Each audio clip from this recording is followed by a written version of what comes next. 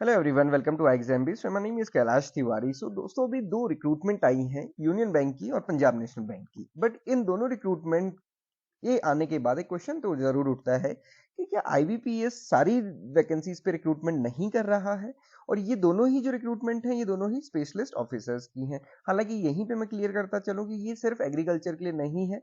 हालांकि agriculture student इसमें apply कर सकते हैं और मैं आपको बताऊंगा भी कि कैसे आपको ध्यान चीजें रखनी है ताकि ऐसी स्पेशल ड्राइव्स या फिर जो स्पेशल रिक्रूटमेंट्स हैं इसके लिए आप एलिजिबल हो सकें। तो सबसे पहले तो एक दो चीजें समझने की हैं, क्योंकि जब पहले हम बोलते हैं कि क्रेडिट ऑफिसर, तो पहले से क्या होता था, क्रेडिट ऑफिसर मतलब जो बैंक पीओ ज्वाइन करते हैं वो भी क्रेडिट ऑफिसर हो जाते थे। एग्रीकल्चर फील्ड ऑफिसर्स तो क्रेडिट ऑफिसर होते ही होते हैं, उसके अलावा जो मार्केटिंग वो सोर्सिंग करते हैं तो यही करते थे। बट अभी आप देखेंगे बैंक्स ने स्पेशल ऑफिसर निकालना शुरू किया है और उसकी जो वैकेंसी है या फिर रिक्रूटमेंट है वो आईबीपीएस के थ्रू नहीं बल्कि वो इंडिविजुअल बैंक्स खुद निकाल रहे हैं। और इसमें नंबर ऑफ वैकेंसीज बहुत ज्यादा है। अभी हम एक एक करके इनको डिस्कस करेंगे। तो देखने और समझने की बात ये है कि सिर्फ आईबीपीएस को टारगेट करना, मतलब हो सकता है कि आप ये टारगेट कर रहे हो कि मैं आईबीपीएस पीओ की प्रिपरेशन करूंगा या मैं आईबीपीएस एसओ एएफओ की प्रिपरेशन करूंगा। बट उसके अलावा भी ऐसी अपॉर्चुनिटीज हैं जहां पे नोटिफिकेशन आ रहे हैं और अगर आपके पास अकॉर्डिंगली जो एजुकेशनल क्वालिफिकेशंस हैं या फिर एलिजिबिलिटी है तो आप फिर उसमें एलिजिबल हो जाते हैं। अब क्या है ये हम देखते हैं। तो ये हमारा कंसर्न रहेगा आज का। सबसे पहले जो आपको समझना है ये है पंजाब नेशनल बैंक का नोटिफिकेशन। आप यहाँ पे देख सकते हैं officer credit junior management grade scale 1, मतलब वही स्केल है जो पीओ वाला होता है, स्केल 1 जिसको हम कहते हैं ना। तो जूनियर मैनेजर या असिस्टेंट मैनेजर भी इस पोस्ट को कहा जाता है और इसको क्या नेम दिया गया है, ऑफिसर क्रेडिट। मतलब ये असिस्टेंट मैनेजर होंगे जो केवल लोन का काम करेंगे। और ये कितनी वैकेंसीज है, 1000 वैकेंसीज। अब आप देखेंगे जो आईपीएस एएफओ के थे वो तो अराउंड 500 वैकेंसीज टोटल आई हुई है। बट यहाँ पे सिर्फ ऑफिसर क्रेडिट की वैकेंसीज 1000 है। पे स्केल तो वही है जो स्केल 1 का होता है। ओके, बाकी कैटेगरी वाइज बाइफर्केशन यहाँ पे दिया हुआ है। इंपॉर्टेंट क्या है कि इसके लिए एलिजिबल कौन है। तो यहाँ पे अगर आप देखेंगे जो एजुकेशनल क्वालिफिकेशंस हैं वो या तो सीए होना चाहिए, आईसीडब्ल्यूए से सीएमए होना चाहिए, या फिर आपके पास एमबीए होना चाहिए। अगर ग्रेजुएशन है plus MBA, graduation plus MBA यहाँ पे होना चाहिए, क्योंकि यहाँ पे एक्सपीरियंस की रिक्वायरमेंट नहीं की गई है, डिजायरेबल वो है।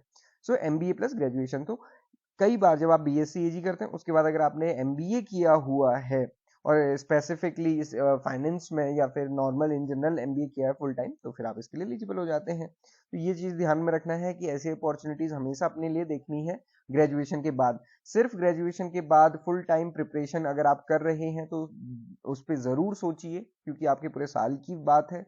और जब हमारे साल की बात होती है तो न सिर्फ वो टाइम होता है बल्कि वो एक बहुत बड़ी अपॉर्चुनिटी कॉस्ट उसमें पे करनी हमें होती है। तो इसलिए बहुत अच्छे से डिसीजन लेने हैं। सिलेक्शन प्रोसीजर वही है, उसमें दो एग्जामिनेशन होंगे, क्वांट्स रीजनिंग इंग्लिश और प्रोफेशनल नॉलेज, जिसके की 50 क्वेश्चन होंगे और 100 मार्क्स होंगे। ओवरऑल ये पैटर्न है। तो आप देख सकते हैं उसके बाद फिर इंटरव्यू होगा जैसे कि ऑफिसर पोस्ट के लिए होता ही है। अब यूनियन बैंक ऑफ इंडिया का नोटिफिकेशन भी साथ में आया हुआ है। यहाँ पे भी आप देखेंगे वैकेंसीज है मैनेजर क्रेडिट। यहाँ पे ये स्केल 2 पे है, वहां पे वो स्केल 1 पे ही आई है जैसे कि पीओ का रिक्रूटमेंट आता है। यहाँ पे ये स्केल 2 की वैकेंसीज है, एमएमजीएस 2, इसको हम बोलते हैं मिड मैनेजमेंट ग्रेड स्केल 2। और यहाँ पे 371 वैकेंसीज हैं और ओवरऑल डिफरेंट डिफरेंट उसमें देखेंगे तो 606 वैकेंसीज है। अब यहाँ पे भी क्या समझना है, इसकी एलिजिबिलिटी देखिए।